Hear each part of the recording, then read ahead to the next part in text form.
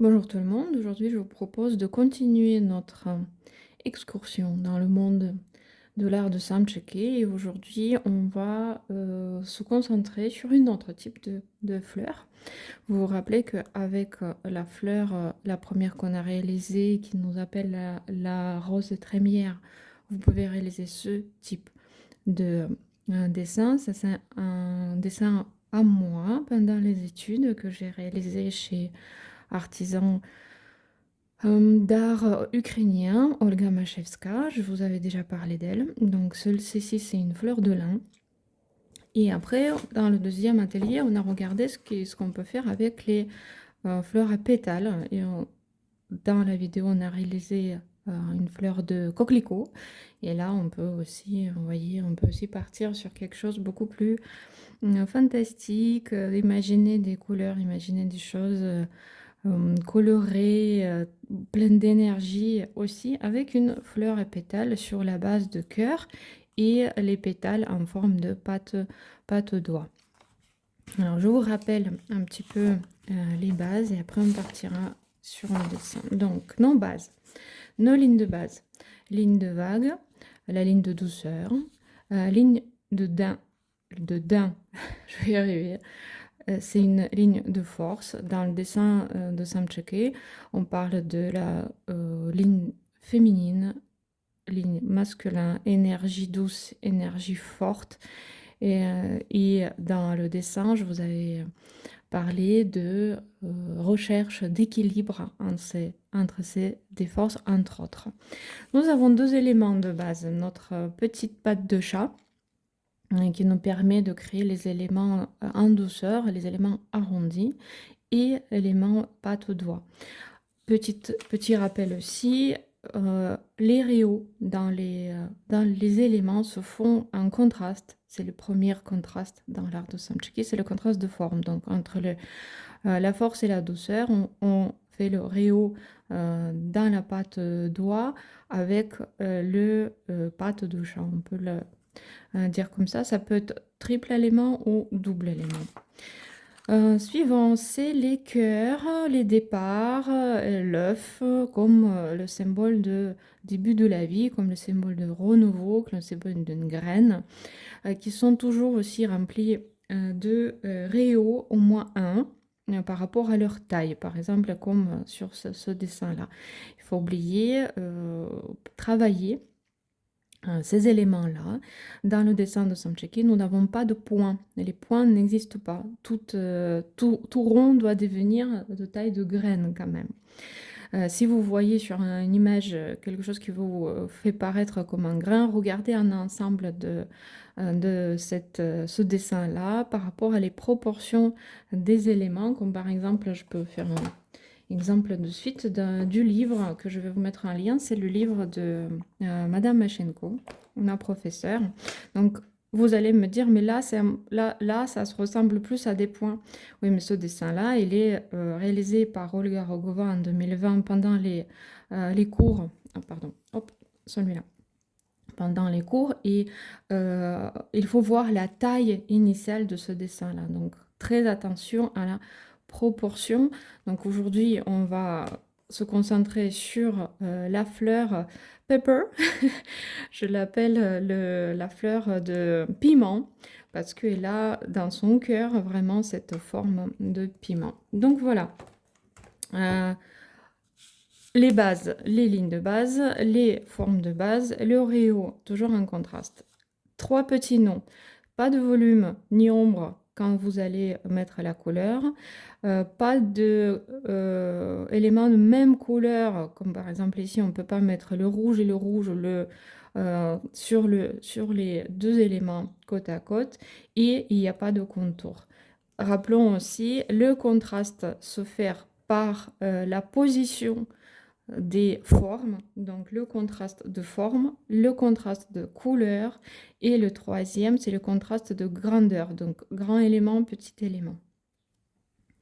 Alors, n'oublions pas la couleur noire, qui est aussi l'une de nos couleurs qu'on utilise toujours, une petite touche, donc comme par là, et par exemple par ici. Donc, tout point doit devenir au moins une graine de tournesol. dans ce format-là. Aujourd'hui, on a besoin de format A4 en brouillon et une feuille d'aquarelle pour la suite faire faire un peu de couleur. Donc, je vérifie le positionnement. Alors, je vous propose de partir quand même comme on fait d'habitude. Donc, séparez votre feuille en 4 pour les premiers. Après, on va s'entraîner de faire des grandes fleurs de piment. En premier, donc on va faire une fleur statique qui part toujours d'un rond. Vous habillez de cette forme de piment. Après, sur le côté, maintenant, on va construire les pétales. Donc, on va partir d'un côté, patte de chat, patte doigt, pardon. Après, on peut faire une patte de chat. Il n'y a pas de règle, hein. C'est vous qui décidez, c'est vous qui voyez ce que vous voulez, comment vous voulez remplir votre fleur. Cette fleur, il est symétrique, mais il n'est pas miroir. Donc, vous n'êtes pas obligé de faire exactement le même. Vous voyez, j'ai pas fait exactement le même. Donc, cette variation de forme, elle permet aussi de donner de vie à votre dessin. Donc, c'est pas quelque chose de figé, c'est pas quelque chose de réglementé, mais sur l'axe de cette fleur-là, respecter la répétition de formes de deux côtés sans forcément respecter exactement la même forme. Donc, l'élément par rapport à la proportion maintenant, les éléments peuvent être remplis. Cette grande partie en piment, donc je vais la diviser aussi. Alors, je veux partir sur encore un rond, donc ça va me faire 2 ronds. Et ici, je vais faire quelque chose de comme ça.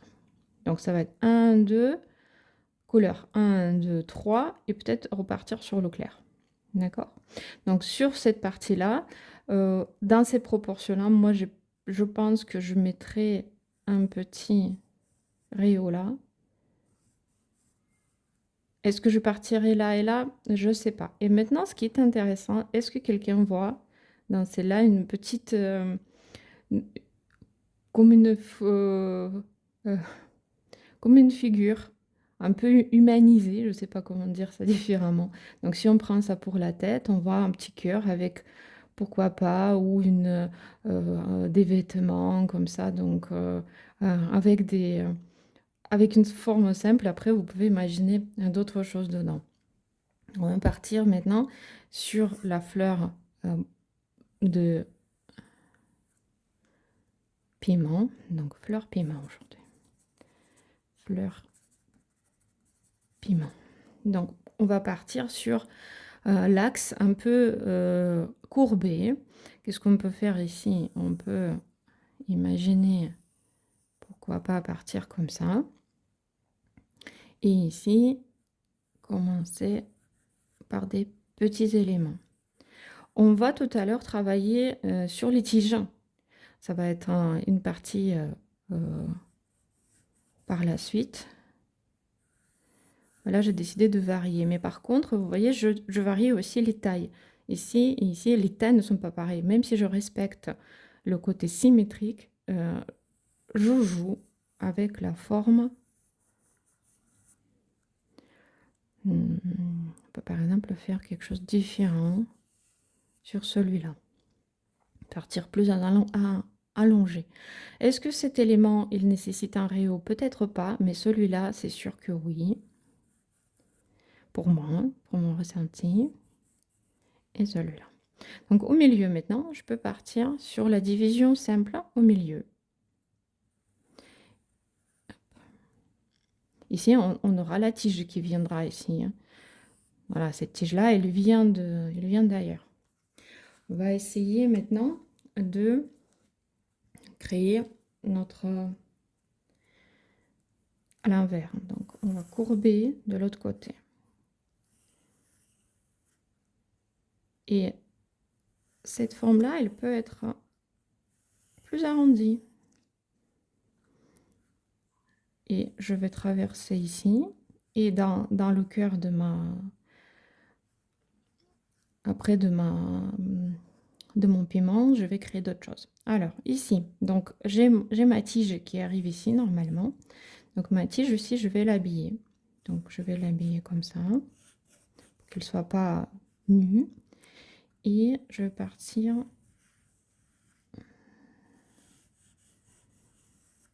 sur des éléments que arrondis par exemple.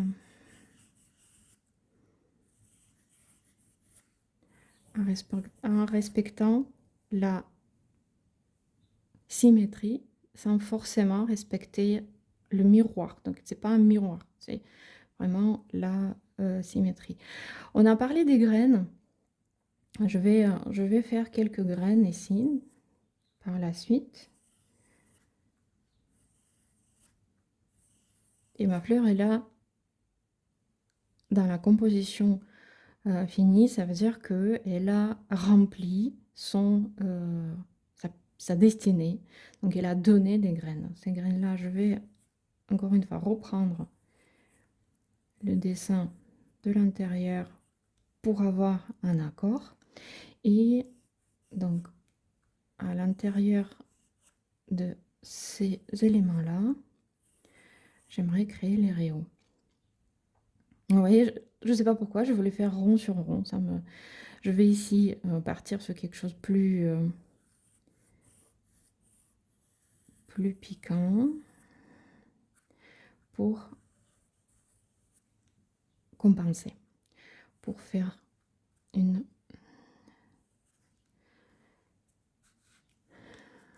Pour essayer de faire ça. Alors, est-ce que vous voyez une petite fleur? Et donc, je vais maintenant vous faire la magie. Pourquoi la magie? J'aime beaucoup j'aime beaucoup cette fleur. Pourquoi? Je vais vous expliquer. Regardez. Si on fait un départ, et qu'on suit la courbe, j'aime beaucoup quand Olga Machevska nous donne des cours. Il nous dit toujours, posez-vous la question, qui suis-je? Sur l'élément que vous travaillez, sur la fleur que vous travaillez. Et vous verrez que ça peut être votre réponse peut être assez intéressante. Donc, et je vais partir, encore une fois, sur deux côtés.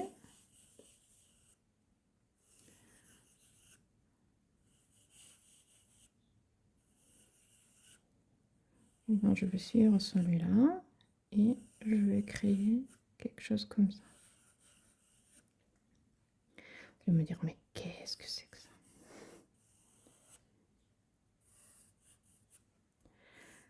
Qui voit déjà l'élément qui va apparaître.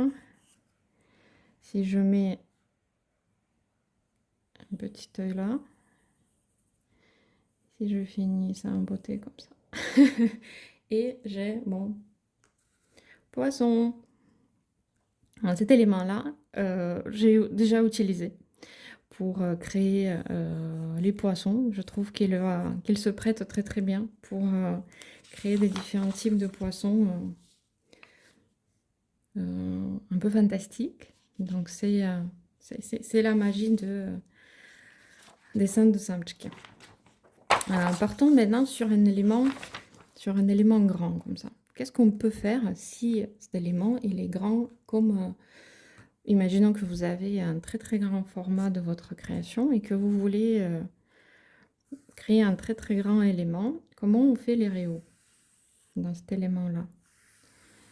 Donc je vais déterminer, un peu faire le premier zoning dedans. Ok. Et donc je vais poser mon élément vraiment au milieu. Donc imaginons qu'il fait partie d'une très très grande composition. Donc par exemple, je vais faire un sous-poisson ou quelque chose d'autre. Pourquoi pas? Donc je pars sur la création de mon piment. D'accord. Je ne sais pas si vous voyez. Pas, 2 secondes, je vérifie. Ouais, donc vous voyez. Donc, mon piment, il est là. Maintenant, je vais faire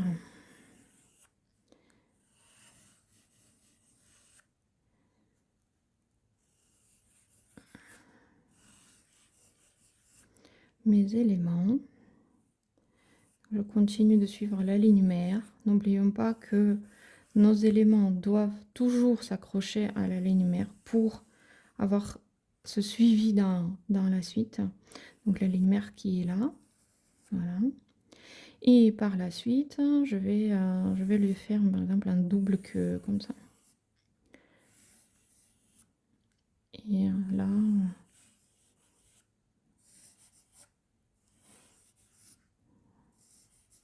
tout en douceur. Ma ligne mère, elle est là. Elle traverse tout l'élément. Et ici, je peux lui donner aussi ou la souligner et partir, par exemple, de faire les rayos à partir de cette ligne-là.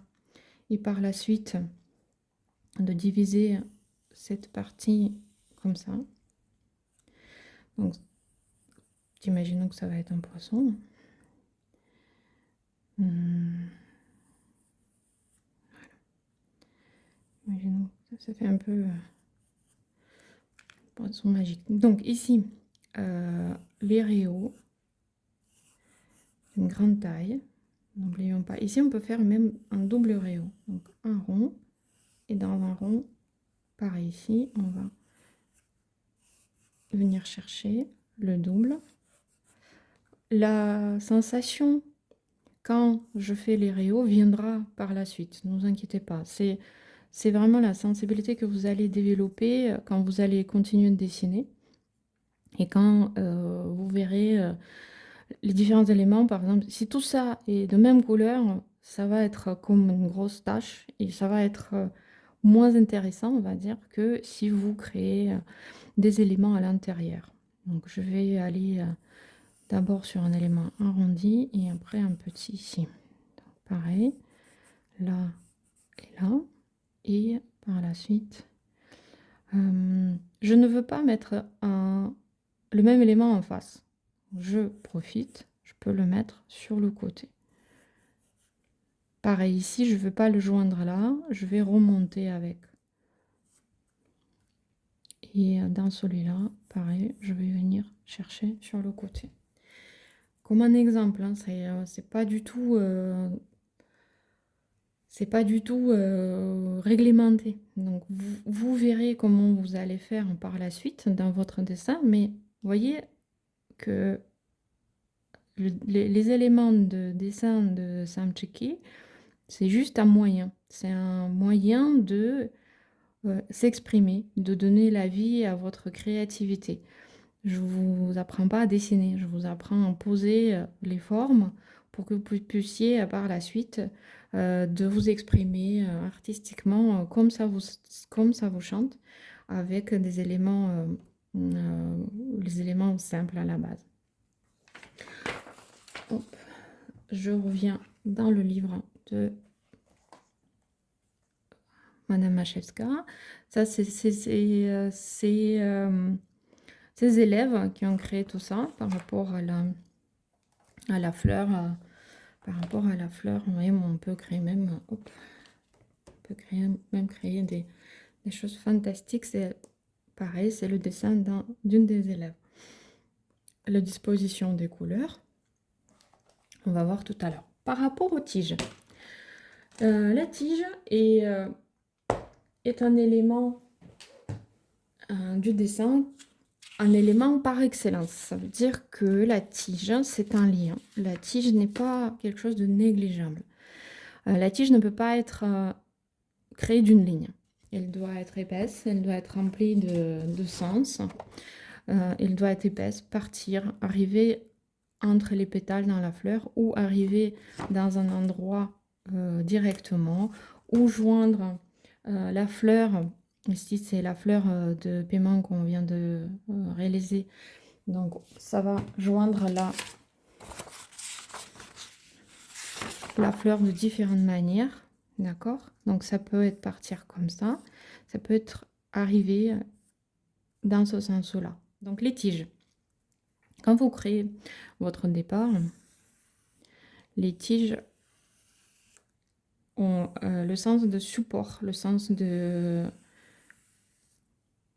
d'alignement dans l'univers. N'oublions pas que vous travaillez dans cet espace-là. Cet espace-là, il vous appartient. Donc remplissez-le de votre imagination. Laissez-vous guider par votre main. Ne vous braquez pas contre les éléments qui, à votre peut-être premier abord, ils ne sont pas parfaits. Votre tête, elle a besoin d'aujourd'hui de faire ça. Laissez-la la faire et par la suite, vous créez un autre esquisse, un autre dessin, une autre possibilité de s'exprimer. Pour aujourd'hui, votre corps, votre cerveau, il a décidé de faire ce type de ligne et acceptez-le, acceptez aussi les imperfections. Je vous propose de faire juste comme un exemple. Vous pouvez regarder ou le redessiner avec moi. Donc, je vais faire le zoning. Dans le zoning, j'ai une fleur là, mon départ et une petite fleur là. Donc, je vais faire quelque chose qui ressemble à ça, ça et ça. Pour un peu rompre cette double alignement dans le même sens, je vais partir sur les feuilles ici. Hop. Et peut-être pour équilibrer. Donc là. Et pourquoi pas. Il faut contrebalancer ici. Peut-être quelque chose par là. En commençant ici, je vais créer... Aujourd'hui, j'ai envie d'une cruche un peu rigolote. Donc, elle est là, ma cruche rigolote.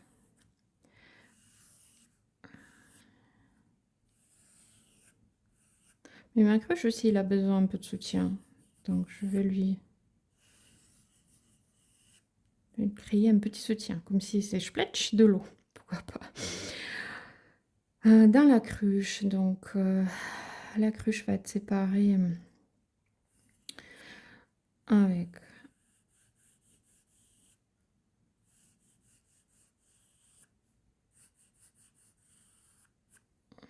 une fleur d'un côté.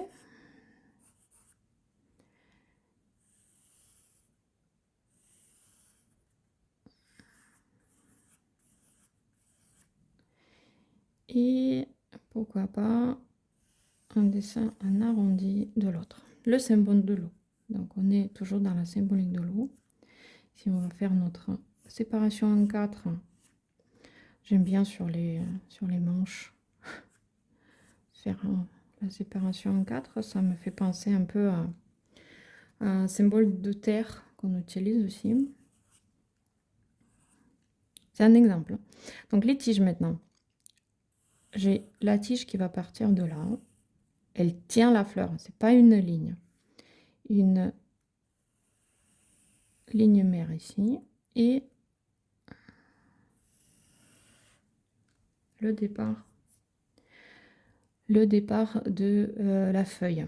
Pareil ici, je vais créer une feuille qui va partir de là. Donc la tige, ça c'est les lignes mères. Ça c'est notre tige. Elle ne peut pas rester comme ça. Je vais la séparer par la suite.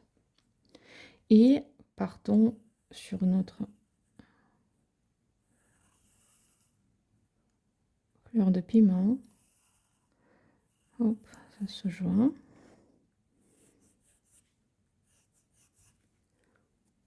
Par là, je vais créer ma fleur de piment. Je fais exprès de vous montrer les doubles et pas les triples pas de chat. C'est possible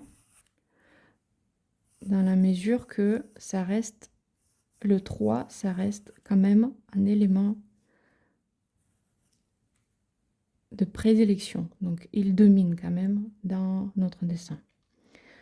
Ici, évidemment, un rayon. Mais cette tige-là, elle est un peu vide là. J'aimerais l'habiller. Hein. On va voir qu'est-ce que je vais faire. Un peu vide. Et ici, je vais planter mes graines. Hop là. C'est pas obligé que ça soit une ligne arrondie. Moi, j'aime bien. Faites à votre goût comme vous voulez. Donc je vais quand même ajouter une petite feuille sur le côté. Parlons sur l'autre fleur qui est là, donc sa tige. Donc je vais commencer à venir comme ça, hein, et par la suite, je vais créer une feuille qui va rentrer dans cette tige-là. L'élément ici, je peux juste le partager en deux. Et de ce côté, comme j'aimerais avoir une feuille ici, je vais partir juste sur un élément comme ça. Donc, je pars sur quelque chose de similaire, mais pas forcément la même. Encore une fois.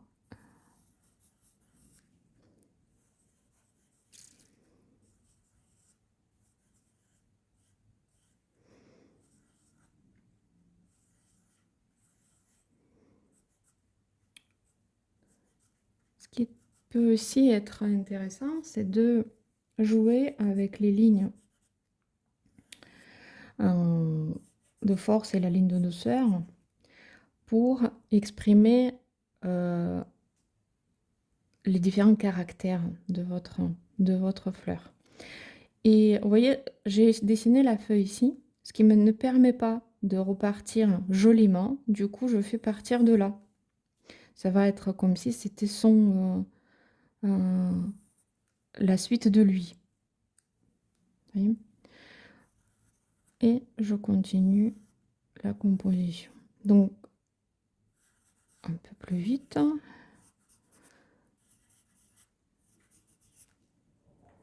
Peut-être un pareil. Vous voyez par la suite, vous verrez par la suite que selon comment vous habillez la fleur, elle n'aura pas le même caractère. Donc, sur la ligne de mer, ici, je vais mettre une feuille, ici. De ce côté, je vais créer une tige sur laquelle je vais mettre, pareil, une feuille. Les tiges ne sont pas les lignes. La ligne de mer, elle a droit d'être en séparation que dans les éléments au milieu. D'accord? Faites attention, les lignes, comme les liens entre les éléments, ne peuvent pas exister. Et il n'y a pas de... On ne fait pas de... Dans le dessin de Samchiki, il n'y a pas de contouring. Donc ici, je vais partir sur quelque chose de ce côté-là. Voilà mon petit dessin juste pour vous montrer donc les tiges de départ vers la fleur, la tige de départ jumelée avec une feuille pour arriver à la fleur. Direct, bah, il manque quelque chose là. Peut-être trop nu. C'était une ligne très ennuyante, d'accord? Donc là, pareil, je vais traverser comme ça. Ça peut être un élément de la feuille. Hop, pareil. Je reprends le même dessin. La ligne mère qui sépare les deux couleurs. Là, amusez-vous de faire comme ça vous chante, sans oublier que les lignes de mer et les tiges, c'est pas le même élément. Qu'est-ce qu'on fait? Alors, un petit dessin en couleur. Allez, un petit dessin en couleur. Vous prenez votre feuille aquarelle, toujours le bord à la main. Si c'est pas tout droit, c'est pas grave. C'est juste pour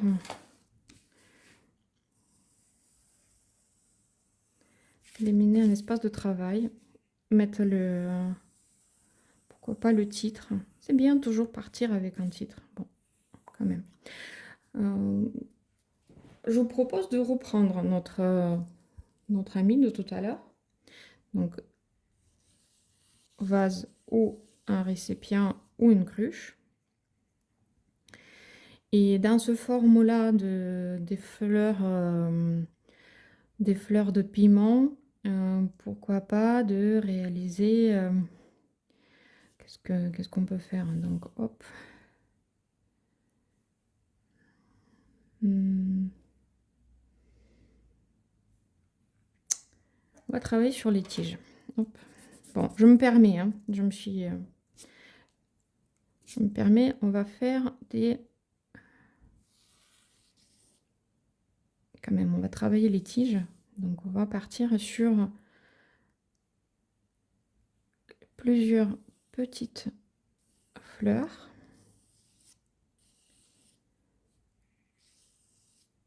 Sur une tige. À vous de voir ce que c'est.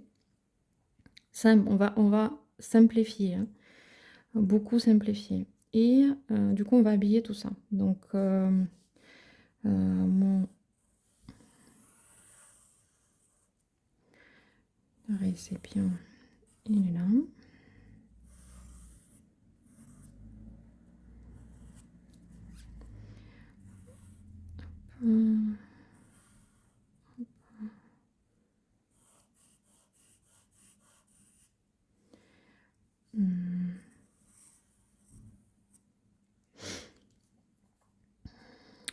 Par de ce côté, du coup, et de ce côté comme ça. Avec des grandes feuilles d'abord.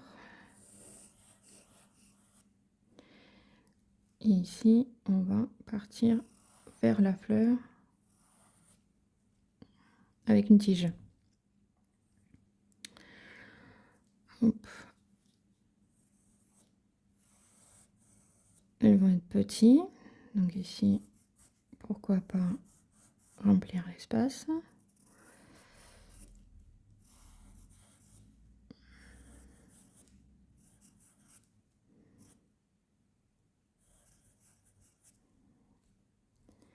Juste séparer en deux. Je continue avec deux. Ah, je voulais vous montrer aussi un élément que j'aime beaucoup. C'est un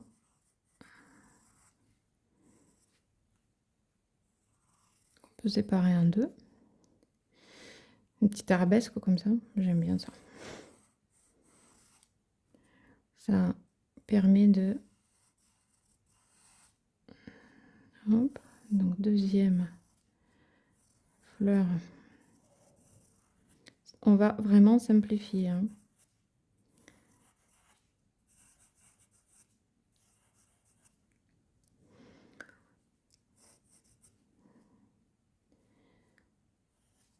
Hop. Donc ici, je vais faire la 2, la 3.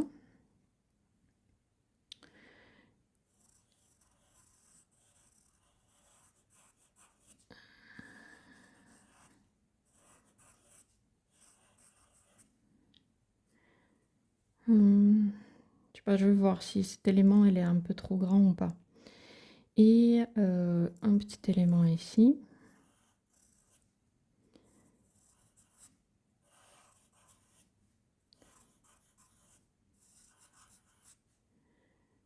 Avec, hop, 3 graines. Je repars d'en bas. Je fais ma feuille.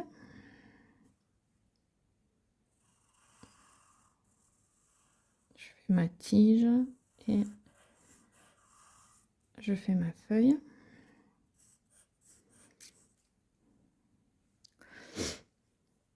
Si je vais avoir les rayons, hein.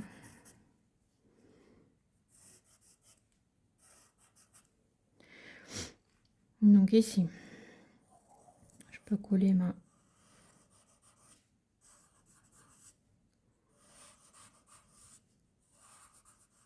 fleur simple et repartir sur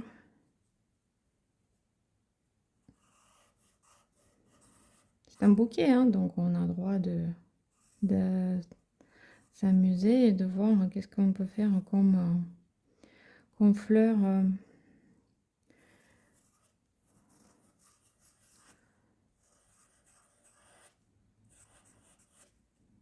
Hop. Et de l'autre côté, je pars sur une autre fleur. Ça peut être le poids de senteur. Hein. Hop. Division. Et il est un peu dans l'air, mon coco là. Je vais l'aider à se stabiliser dans ce monde cruel et de lui donner un support. Pourquoi pas peut-être une petite feuille par là. Bon, ça vous paraît comment? Toujours une signature de ce que vous faites. Et l'année. Et voilà, ben, on part sur le remplissage de celui-là. Je vais partir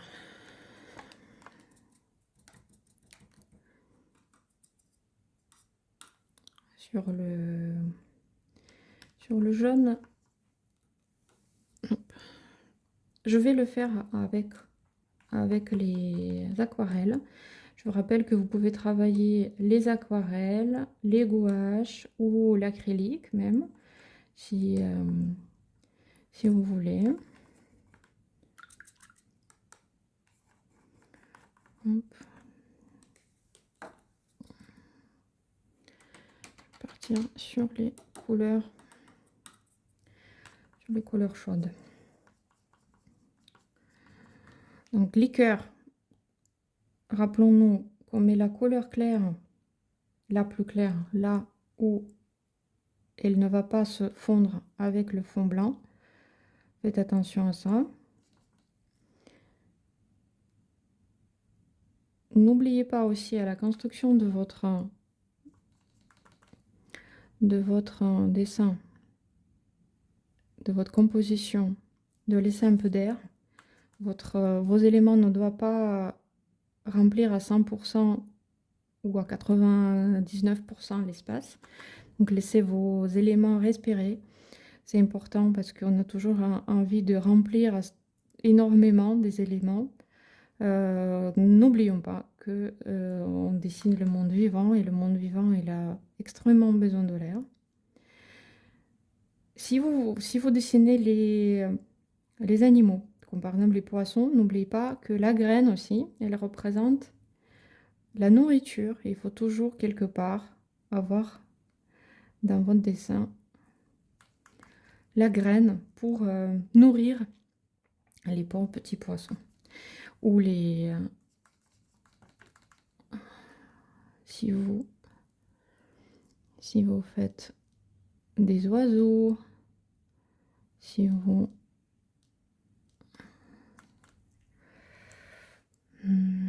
donc est-ce que j'ai droit de mettre le jaune ici? Peut-être pas. Je préfère de mettre une ligne ou vraiment partir encore une fois sur le symbole solaire ici. Pour moi, le jaune, comme ça, même si c'est un symbole de montagne et de la terre, pour moi, quand je le mets en jaune, il représente le soleil. L'avantage de ce jaune doré, pas le jaune citron, n'importe quoi, pas le jaune citron, ça permet aussi d'avoir beaucoup de contraste avec le blanc. Et si par hasard vous le mettez dans un petit élément, c'est pas grave non plus, qui est frontalier avec votre feuille, ben, on va quand même pouvoir lire les différentes couleurs, mais là on dit que c'est notre jaune de base et que on ne met pas à côté du blanc. Je vais faire le contraste avec le bleu. Dans les pétales.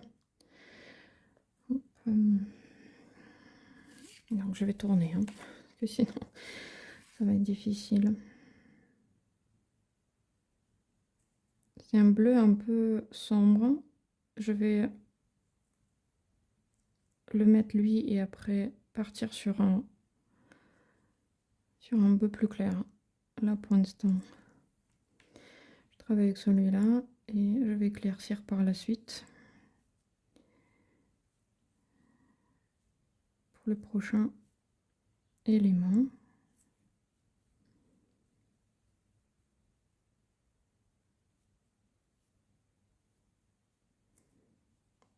Pas trop sombre. Hein.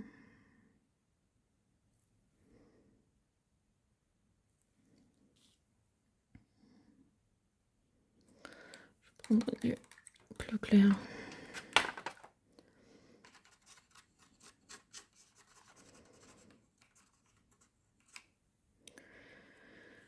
Je vais prendre du plus clair. Voilà.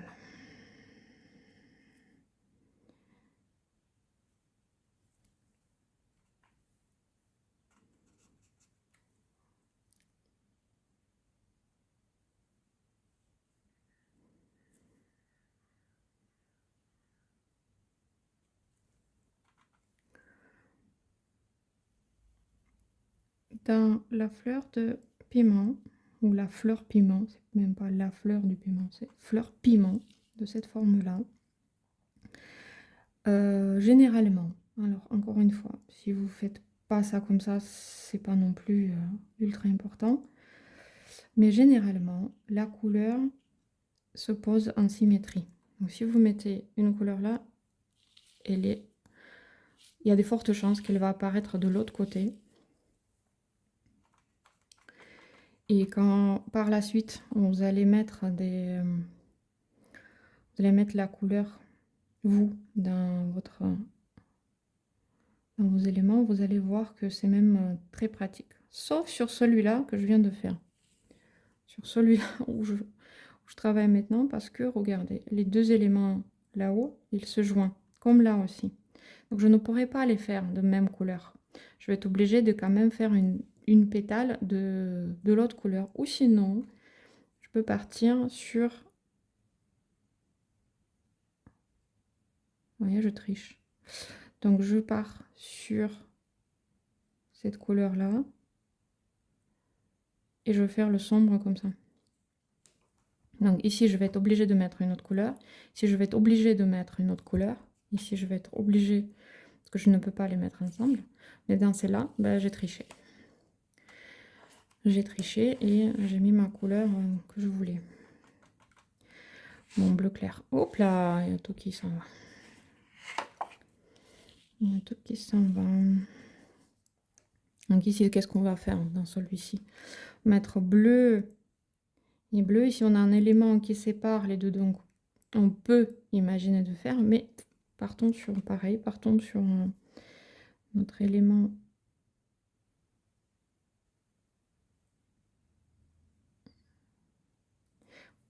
Si vous me posez la question, est-ce que la fleur que tu dessines maintenant, elle existe? Alors non, pas forcément. C'est pas une simplification d'une fleur existante comme on a fait avec les roses trémières. Pas du tout. C'est mon imagination qui fait naître, et surtout ma main qui fait naître cette fleur. Donc non, ça, sûrement, ça n'existe pas. C'est moi qui l'ai imaginé.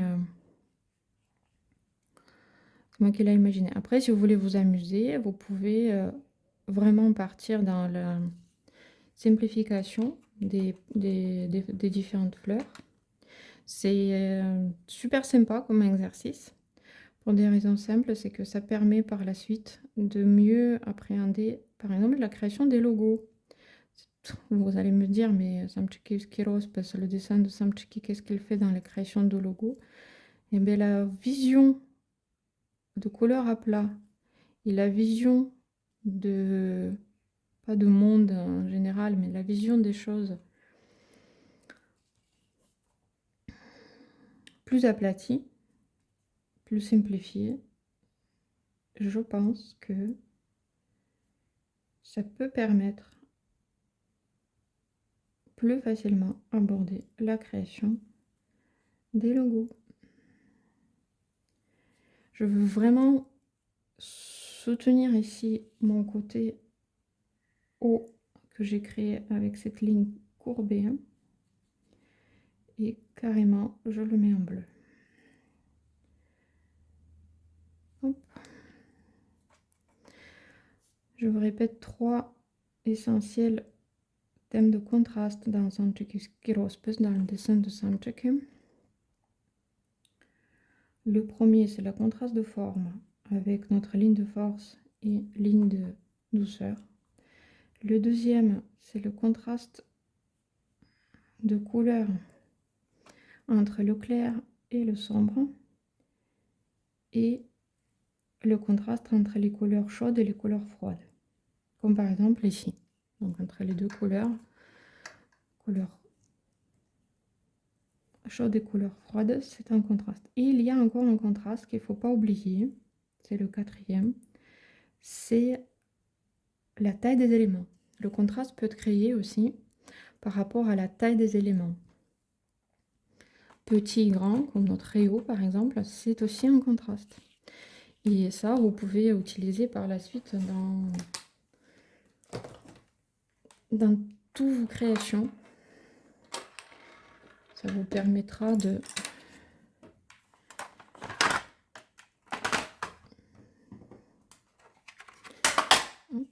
réorganisation. Ça peut être applicable dans différents types de créations artistiques.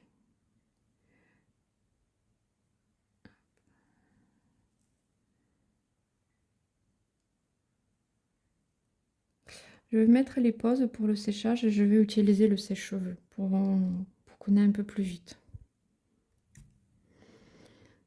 Comme je vous avais dit, j'utilise le sèche-cheveux. Ça permet de, avec les aquarelles, aller un petit peu plus vite. Surtout dans ce genre de travaux pratiques, quand on a besoin de déposer les couleurs, par exemple, pour la suite, pour la création d'une grande toile, un grand dessin. Donc quand c'est comme ça, n'hésitez pas, hein, c'est très pratique.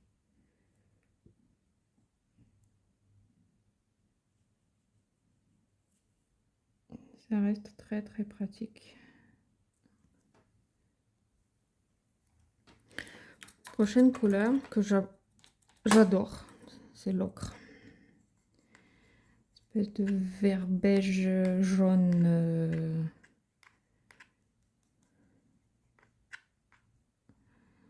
J'aime beaucoup cette couleur. J'aime beaucoup cette couleur pour les cœurs.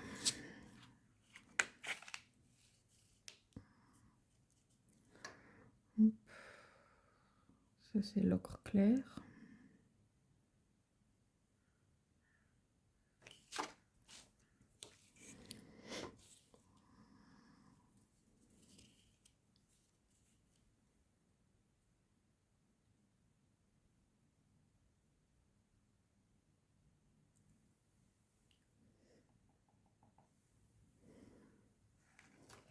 Le jaune, dans tous ses états, ça veut dire toute la gamme des couleurs jaunes, apporte à la gaieté à votre dessin.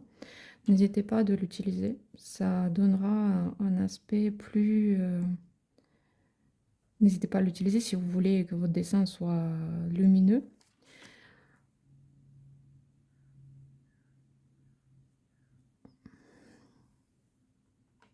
Si vous voyez votre dessin et vous avez l'impression qu'il vous manque un peu de luminosité, ben peut-être il vous manque tout simplement un peu de gamme de couleur jaune.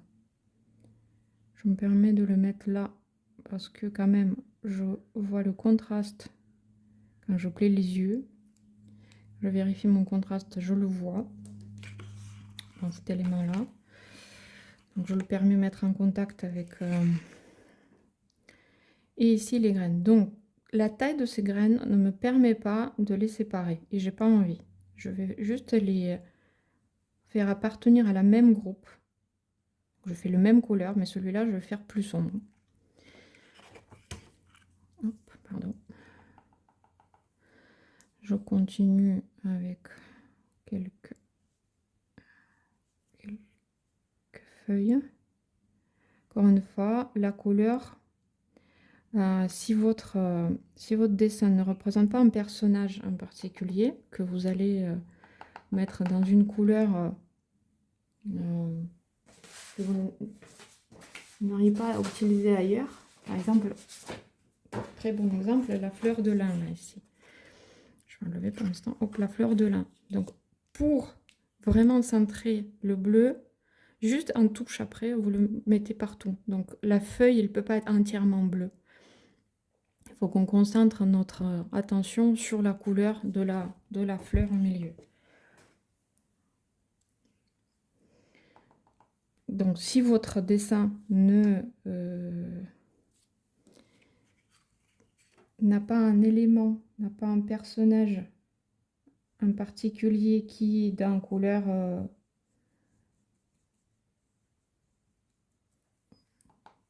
qui le représente le mieux, cette couleur-là doit être présente partout dans votre dessin et surtout, elle doit être présente par les petites touches pour équilibrer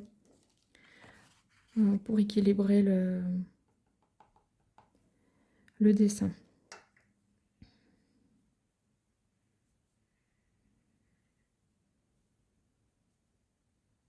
En séchant, mon ocre devient assez citron, je trouve. Bon, partons sur l'ocre un peu plus foncé. Essayez toujours sur une feuille, la vôtre ou sur une autre feuille, les différentes couleurs que vous voulez utiliser et ça vous donnera aussi un repère pour la suite. J'ai posé quelques traits de plus sombres et maintenant je vais attaquer les coquelicots.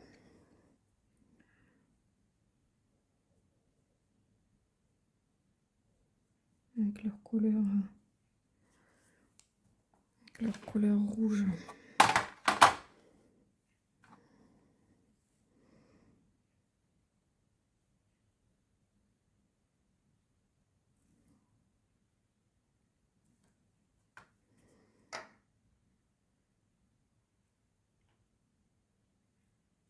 On essaie de créer le contraste entre les...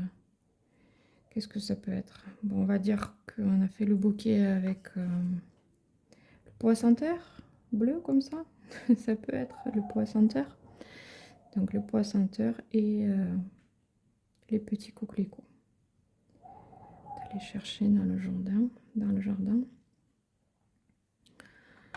Les petits coquelicots. Hop.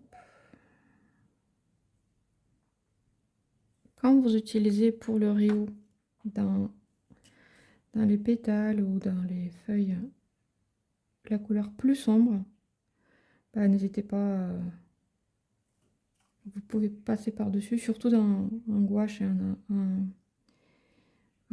et un acrylique. Hop, et cette petite par là.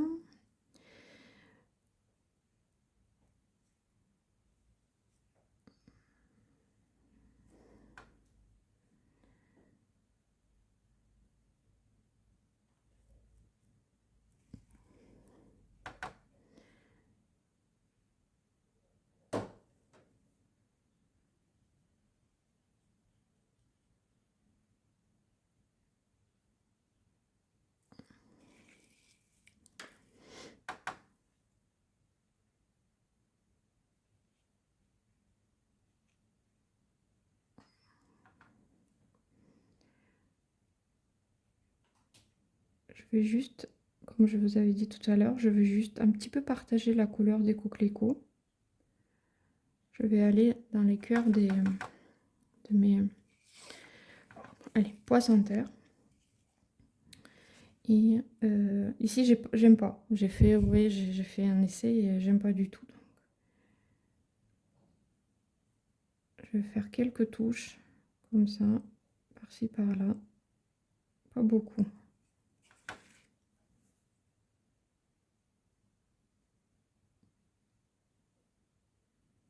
Ça reste quand même la couleur du coquelicot.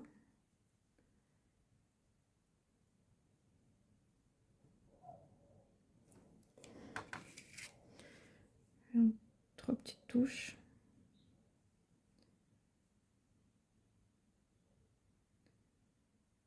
Et aussi voir qu'est-ce que je peux faire dans la cruche en bas, sur les manches, le poignet. C'est pas des manches, c'est des poignets. Sur des poignets. Donc la séparation en 4, ça représente, c'est un symbole de la terre. Les 4 couleurs comme ça, pas forcément ces couleurs-là, mais juste la séparation en 4 d'une ligne. C'est un symbole de la terre.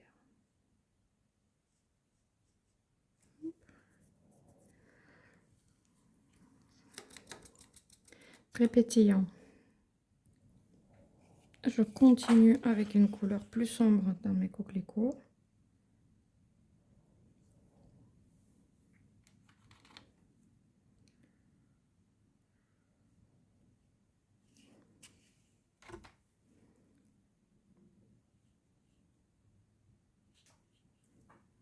Quand vous plissez les yeux, il faut que vous voyez la différence entre les couleurs posées à côté.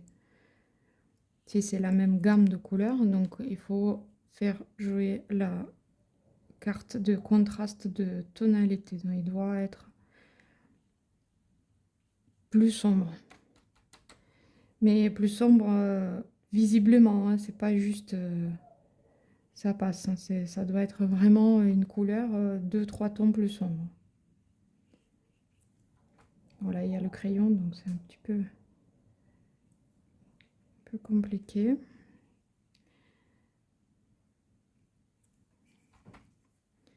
Et cette couleur, je pense pas la mettre ailleurs. Donc ça va être vraiment que la couleur pour mes coquelicots.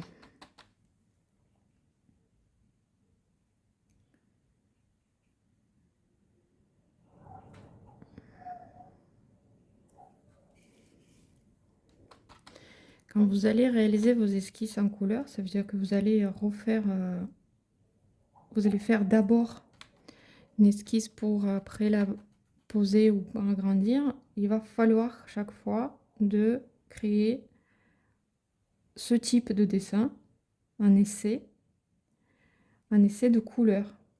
Posez vos couleurs pour comprendre si la gamme de couleurs que vous avez choisie, ben, il va bien à votre dessin. Il y a tous les éléments, ils vont avoir sa couleur. Bon, si vous allez faire le dessin de Samczyk, évidemment. Si chaque couleur il a sa place, si entre elles il se joint bien, si vous avez besoin tel ou tel ajout de la couleur.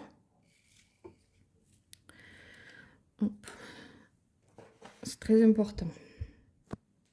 Je reviens vers vous avec plusieurs colorifés. Pour des simples raisons, j'ai eu une tempête de vent et du coup, c'était impossible de faire la vidéo. Le son, il était pas terrible avec les fenêtres qui sifflaient. Question qu'on me pose. Est-ce qu'on a le droit de laisser le blanc à l'intérieur d'un élément? Alors, sur le fond blanc, l'élément blanc va se lire comme un trou, donc comme une séparation des éléments. Dans le dessin de Samczyk, tous les éléments sont liés, tous les éléments ont une sorte de lien créé ou par la ligne mère ou par les couleurs, donc non. On n'a pas le droit de laisser dans le dessin de Samczyk une partie non colorée. Donc je fais la finition avec du noir. Le noir, encore une fois, je me répète, la couleur la plus importante presque en petite quantité parce qu'elle permettra à notre œil de lire toutes les autres couleurs qu'on a déposées sur notre dessin. Le contraste des couleurs va se lire grâce au noir et le blanc présents dans votre dessin. N'oubliez pas, toujours par les petites touches à la fin, vous remplissez un petit peu, vous donnez un petit peu de contraste grâce au noir. N'ayez pas peur, c'est une très belle couleur, c'est une couleur de la terre, la couleur bref, dans les différentes cultures, la couleur de ce que vous voulez, hein, selon la culture. Moi, je n'ai pas peur du noir, ni dans mon dessin, ni en vrai de vrai. Hop, donc j'aime beaucoup de mettre des petits éléments des petits éléments par-ci par-là. Ça donne vraiment du relief, ça donne de la vie à mon dessin.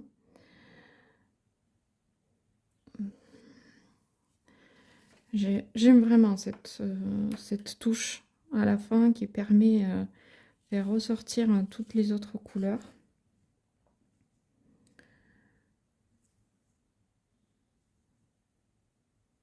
Et dans notre cas, ça aussi, ça permet... Je vais les arrondir, celles-là. Je sais pas pourquoi je les ai fait. Je vais les arrondir, ces éléments. Donc, je sais pas pourquoi certains n'utilisent pas le noir en disant que c'est une couleur sombre, la couleur de... même de deuil, de plein de choses. Moi, j'adore le noir. J'aime beaucoup le noir. Dans ces cas, dans le dessin de Samchik.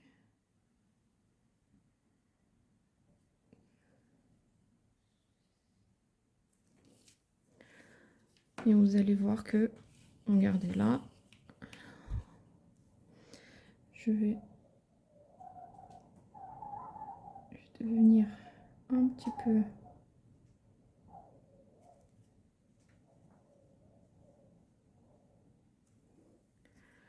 de deux côtés et le contraste des couleurs il change mais sous nos yeux. Le noir permet aussi de séparer les couleurs. Quand vous êtes en difficulté, vous avez posé toutes vos couleurs et des fois vous savez plus quoi faire, mais le contraste ne se fait pas.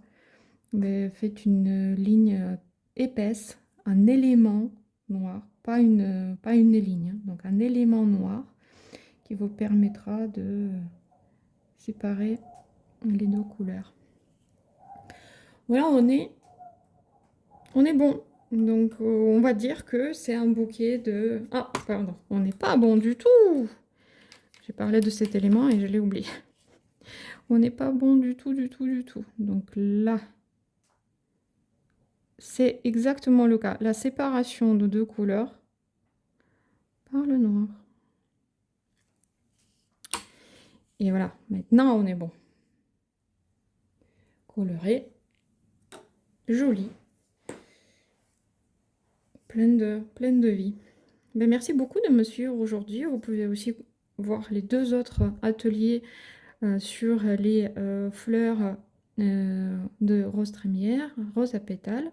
Comme ça, vous aurez 3 fleurs qui vous permet déjà, ça vous permet déjà de faire des jolies compositions. N'oubliez pas, tous les éléments sont liés. On utilise les 3 contrastes, le contraste de couleur, le contraste de ton, oui, le contraste de couleur chaud et froid, le contraste de ton plus clair, plus sombre.